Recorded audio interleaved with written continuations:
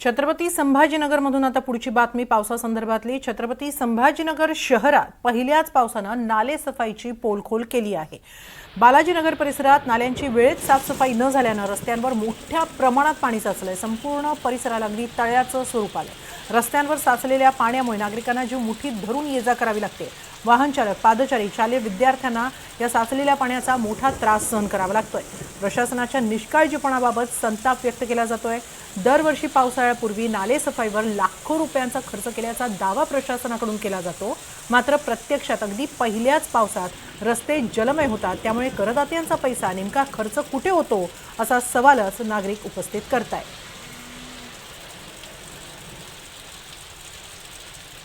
तर छत्रपती संभाजीनगर जिल्ह्यातही निसर्गाचा रुद्रावतार पाहायला मिळालाय। सोयगाव तालुक्यातील जरंडी परिसरात ढगफुटी सदृश्य पावसानं अक्षरशः हाहाकार उडवून दिला। तब्बल 1.5 तास कोसळलेल्या अतिमुसळधार पावसामुळे नदी नाले दुथडी भरून वाहू लागलेत।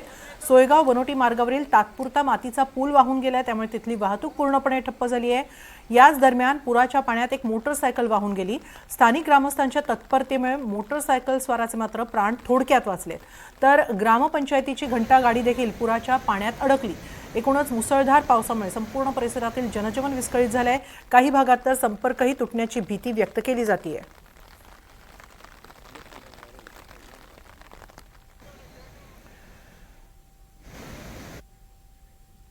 जळगाव जिल्ह्यातल्या रावेर तालुक्यातही पहिल्याच पावसानं हाहाकार उडवून दिला। रात्रभर बरसत असलेल्या मुसळधार पावसामुळे रावेर तालुक्यातील अहिरवाडी गावालगत असलेल्या नदीला पूर आलाय। त्यामुळे जिल्हा परिषद शाळेसह गावातही पुराचं पाणी शिरलंय। शाळेच्या परिसराला तर अक्षरशः तलावाचं स्वरूप आलं होतं।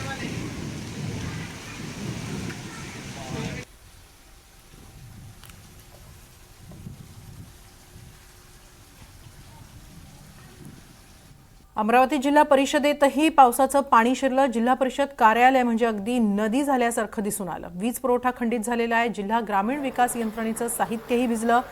या सगळ्या परिस्थितीचा आढावा घेतला आमचे प्रतिनिधी शुभम बायस्कर यांनी। अमरावती शहरामध्ये गेल्या 1 तासापासून धुवाधार पाऊस सुरू झालेला आहे आणि एकूणच या पावसामुळे संपूर्ण जनजीवन जे आहे ते विस्कळीत होताना पाहायला मिळत आहे। शासकीय कार्यालयांना देखील याचा मोठा फटका बसतो आहे। आपण सध्या अमरावती जिल्हा परिषदेच्या मुख्यालयात आहोत। अमरावती जिल्हा परिषद मुख्यालयात असं मोठ्या प्रमाणात पाणी साचलेलं आहे। एकूणच जर पाहिलं तर पाण्यामुळे शासकीय कार्यालयाची हालत जी आहे ते खस्ता झालेली आहे। मोठ्या प्रमाणात पाणी आहे। चक्क उमेदचं कार्यालय आहे, जिल्हा ग्रामीण विकास यंत्रणेचं हे कार्यालय आहे। चक्क गुडघ्यापेक्षा अधिकचं पाणी जे आहे ते या कार्यालयामध्ये साचलेलं आहे। काही कर्मचारी आहेत जे थेट पाण्यातून वाट काढतायत आणि एकूणच या पावसामुळे जर पाहिलं तर संपूर्ण कर्मचाऱ्यांची तारांबळ उडालेली आहे। लाईट सुद्धा गेलेली आहे आणि संपूर्ण कार्यालयाचं कामकाज जे आहे ते विस्कळीत झालेलं आहे। आपण पाहू शकतो की दुसरीकडे जर पाहिलं तर अशा पद्धतीनं कार्यालयाचा दुसरा भाग आहे। या संपूर्ण परिसरात पाणीच पाणी सध्या साचलेलं आहे आणि या पाण्यातूनच वाट काढत जे आहेत ते कर्मचारी जे आहेत ते बाहेर पडत आहेत। जिल्हा परिषदेचा अतिशय महत्त्वाचा हा विभाग आहे। जिल्हा ग्रामीण विकास यंत्रणा असेल किंवा उमेदचं कामकाज जे आहे ते संपूर्ण याच ठिकाणाहून चालत आहे। या कार्यालयात मोठ्या प्रमाणात चक्क पाणी साचलेलं आहे। टेबल्स आणि फायलीज जर पाहिलं तर पाण्यामध्ये आपल्याला दिसतील आणि एकूणच मोठ्या प्रमाणात पाणी साचल्यामुळं आता या कार्यालयातलं पाणी कधी बाहेर पडणार असा प्रश्न कर्मचाऱ्यांसमोर आहे। यानंतरची बातमी अरुणाचल प्रदेशातून। अरुणाचल प्रदेशात गेल्या काही दिवसांपासून सुरू असलेल्या सततच्या मुसळधार पावसामुळे जनजीवन पूर्णपणे कोलमडलंय। या नैसर्गिक आपत्तीत अनेक भागात पूरपरिस्थिती निर्माण झाली आहे। काही ठिकाणी घरं पत्त्यासारखी वाहून गेली आहेत। केई पन्नूर जिल्ह्यातील याजाली भागात अचानक आलेल्या पुरामध्ये अनेक घरं वाहून गेली आहेत। अनेक इमारतींचंही मोठं नुकसान झालंय। स्थानिक प्रशासन, एनडीआरएफ, एसडीआरएफची पथकं प्रभावित भागांमध्ये युद्धपातळीवर बचाव आणि मदत कार्य राबवत आहेत।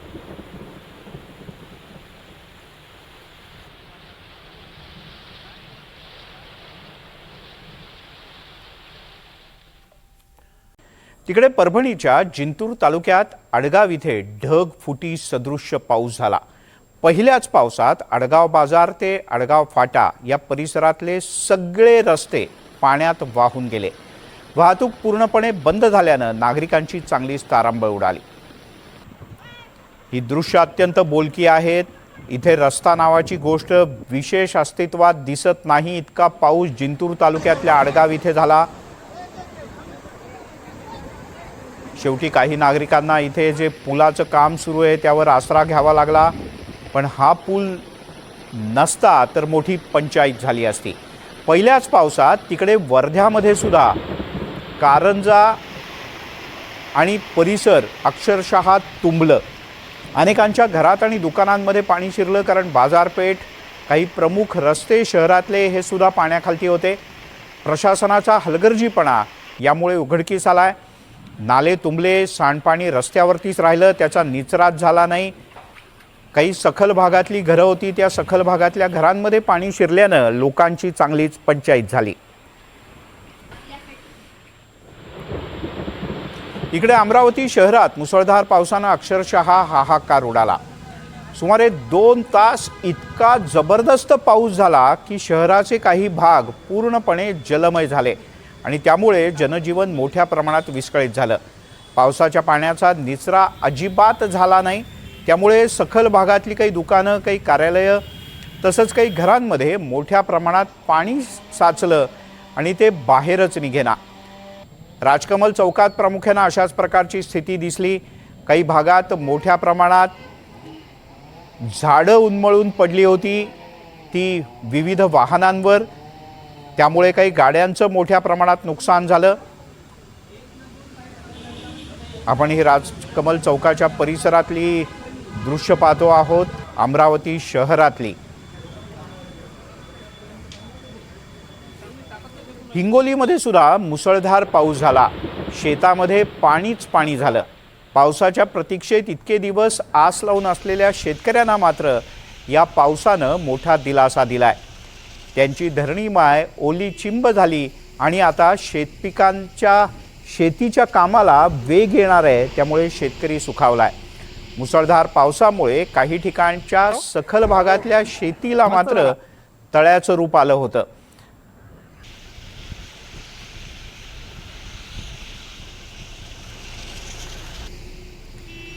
मराठवाड्याचं मुख्य केंद्र असलेल्या छत्रपती संभाजीनगर शहरात पहिल्या पावसानं नालेसफाईची कशी पोलखोल झाली, तुम्ही स्क्रीनवर पहा.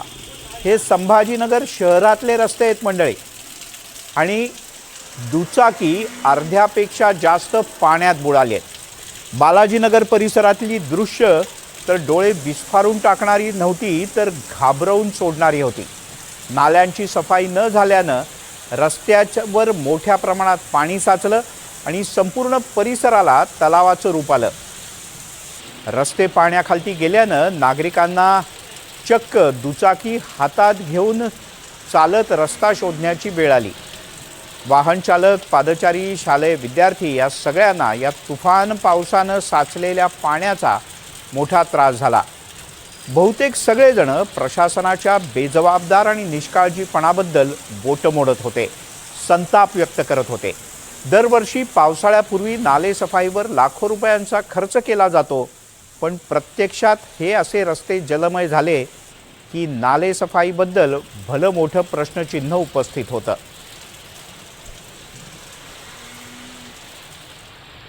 तिकडे जळगाव शहरासह जिल्ह्याच्या काही भागात जबरदस्त पाऊस झाला. प्रामुख्यानं जळगाव जिल्ह्याच्या रावेर तालुक्यात पहिल्याच पावसात जबरदस्त परिस्थिती निर्माण झाली. रात्रभर बरसत असलेल्या मुसळधार पावसामुळे रावेर तालुक्यातल्या अहिरवाडी गावालगत असलेल्या नदी नाल्यांना मोठा पूर आला.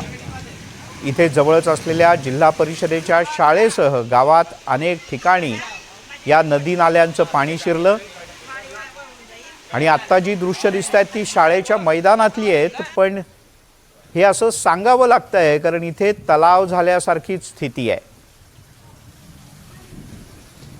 रावेर तालुक्यातल्या या शाळेला अक्षरशः तलावाचं रूप आलं होतं.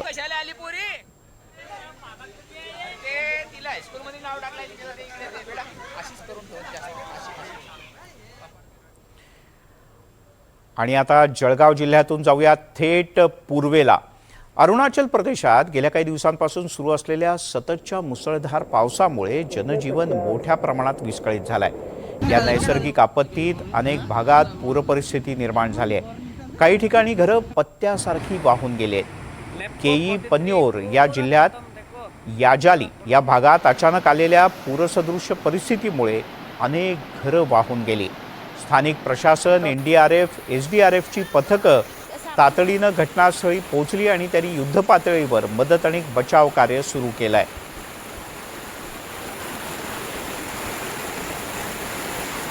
थोड़ा मदद कर दिया. गाड़ी को भी देखो, गाड़ी भी पूरा डैमेज हो गया. वो देखो. आणि बुलेटिनच्या सुरुवातीलाच बातमी अमरावतीतून आहे. अमरावती शहरात झालेल्या दमदार पावसामुळे अनेक भागांमध्ये पाणी साचल्यानं नागरिकांचे हाल झाले आहेत. नाल्यांची वेळेवर सफाई न झाल्याचा फटका नागरिकांना बसलाय. अनेक घरांमध्ये पावसाचं पाणी शिरल्याच्या घटनाही समोर आल्यात. पंचवटी चौकातील शिवाजी ॲग्रिकल्चर कॉलेज समोर असलेल्या घरांमध्ये सुद्धा पाणी शिरलंय. महापालिकेनं केलेले नाले सफाईचे दावे या पहिल्याच पावसात फोल ठरल्याची टीका होते. पावसाच्या पाण्याचा निचरा न झाल्यानं रस्ते आणि वस्त्यांमध्ये जलमय परिस्थिती निर्माण झाली आहे. दरवर्षी पावसाळ्यात हीच समस्या उद्भवत असल्यानं नागरिकांनी प्रशासनाकडे तातडीच्या उपाययोजनेची मागणी केली आहे.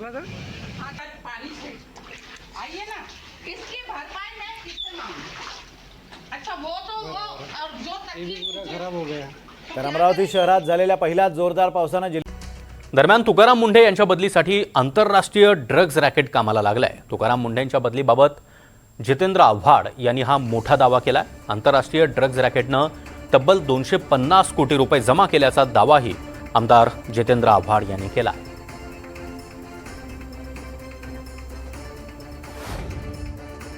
लोकांची हात वरती आहे ना. अध्यक्ष महोदय, तुम्हाला माहित नाही, ड्रग कंपनीज ज्या मुंडेंमुळे कामाला लागल्या आहेत त्यांनी 250 कोटी रुपये जमा केलेत फक्त मुंडेंची बदली करायची म्हणून. सगळे कामं धंद्याला लागलेत. हे सगळे लॉबीज आहेत. इंटरनॅशनल ड्रग लॉबी कामाला लागली आहे. अध्यक्ष 250 कोटी रुपये तयार केलेत. 250 कोटी रुपये. मला तर वाटतं ह्यांचा राजीनामा पडायचा आहे जर हे जास्त, म्हणजे आता मला आतमधल्या काय माहिती आहे पण ते मी याच्यात नाही. आयडिया नाही, काय आयडिया नाही. आय एम हिअरिंग फ्रॉम, मला काय आयडिया नाही. म्हणजे त्यांनी बोललं तर त्यांना तुम्ही विचारलं पाहिजे, मला विचारून काय करणार आहे. I have no idea, I have no comments.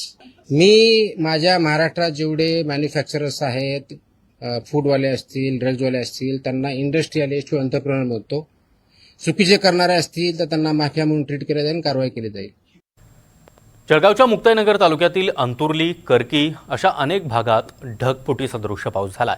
Karki इथं साखरपुड्यासाठी आलेली एक खासगी बस पाण्यामध्ये अडकून पडली. दरम्यान नागरिकांच्या सतर्कतेमुळे मोठा अनर्थ टळलाय. दुसरीकडे पावसामुळे अनेकांच्या घरात देखील पाणी शिरलंय. त्यामुळे संसारोपयोगी साहित्याचं मोठं नुकसान झालंय. काही दुकानातील नुकसानाची पाहणी करून मदतीची मागणी आता नागरिकांकडून केली जाते.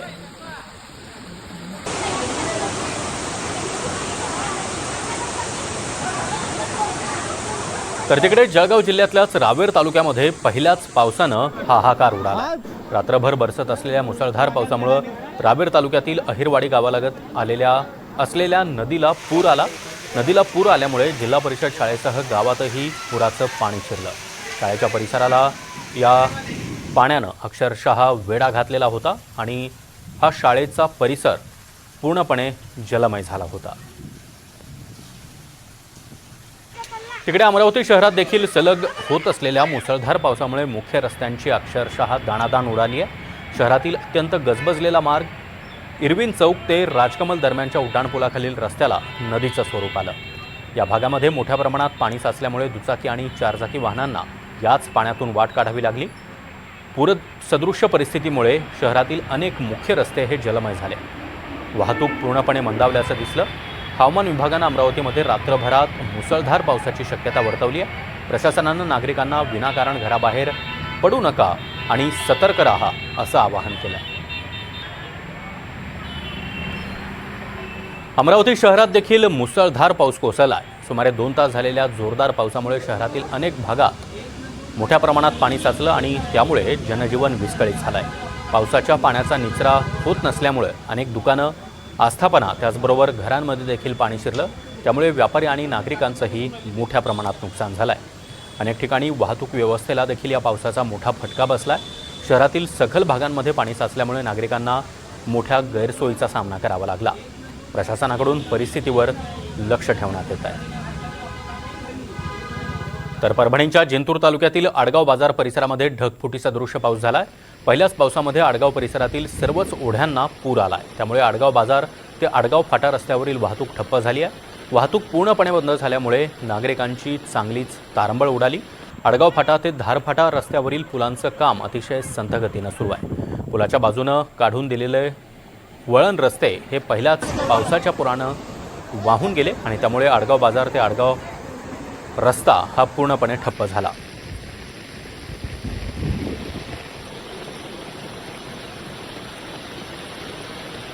तर तिकडे वर्ध्यामध्ये देखील पहिल्याच पावसात वर्ध्यामधले कारंजा तुंबलं. अनेकांच्या घरामध्ये दुकानांमध्ये देखील पाणी शिरलंय. प्रशासनाचा हलगर्जीपणा त्यामुळे उघड झालाय. मात्र नागरिकांची चांगलीच तारंबळ उडाली. नाले तुंबल्याचं पाहायला मिळालं आणि त्यामुळे सांडपाणी अशा प्रकारे रस्त्यांवर आलं होतं.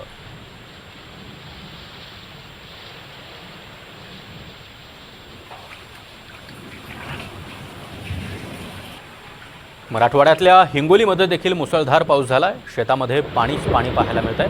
पावसाच्या प्रतीक्षेत असलेल्या शेतकऱ्यांना आता मोठा दिलासा मिळालाय. मुसळधार पावसामुळे शेतीला अशा प्रकारे तळ्याचं स्वरूप आलं होतं.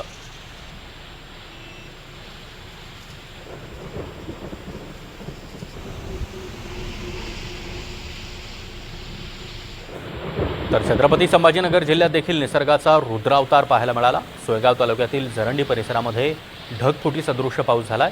त्यामुळे सर्वत्र एकच हाहाकार उडाला. तब्बल 1.5 तास कोसळलेल्या अतिमुसळधार पावसामुळे नदी नाले दुथडी भरून वाहू लागले. सोयगाव बनोटी मार्गावरील तात्पुरता मातीचा पूल देखील वाहून गेला आहे. त्यामुळे वाहतूक पूर्णपणे ठप्प झाली आहे. या दरम्यान पुराच्या पाण्यामध्ये एक मोटरसायकल देखील वाहून गेली आहे.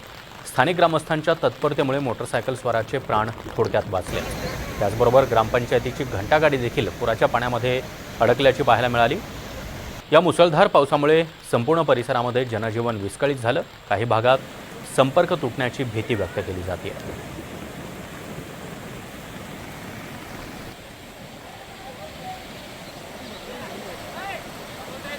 तिकडे छत्रपती संभाजीनगर शहरामध्ये पहिल्याच पावसानं नालेसफाईची पोलखोल केली आहे.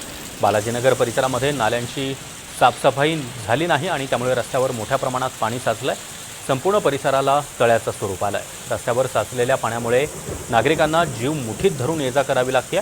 वाहनचालक, पादचारी आणि शालेय विद्यार्थ्यांना मोठा त्रास सहन करावा लागतोय. प्रशासनाच्या निष्काळजीपणाबाबत नागरिक संताप व्यक्त करतात. दरवर्षी पावसाळ्यापूर्वी नालेसफाईवर लाखो रुपयांचा खर्च केला जातो.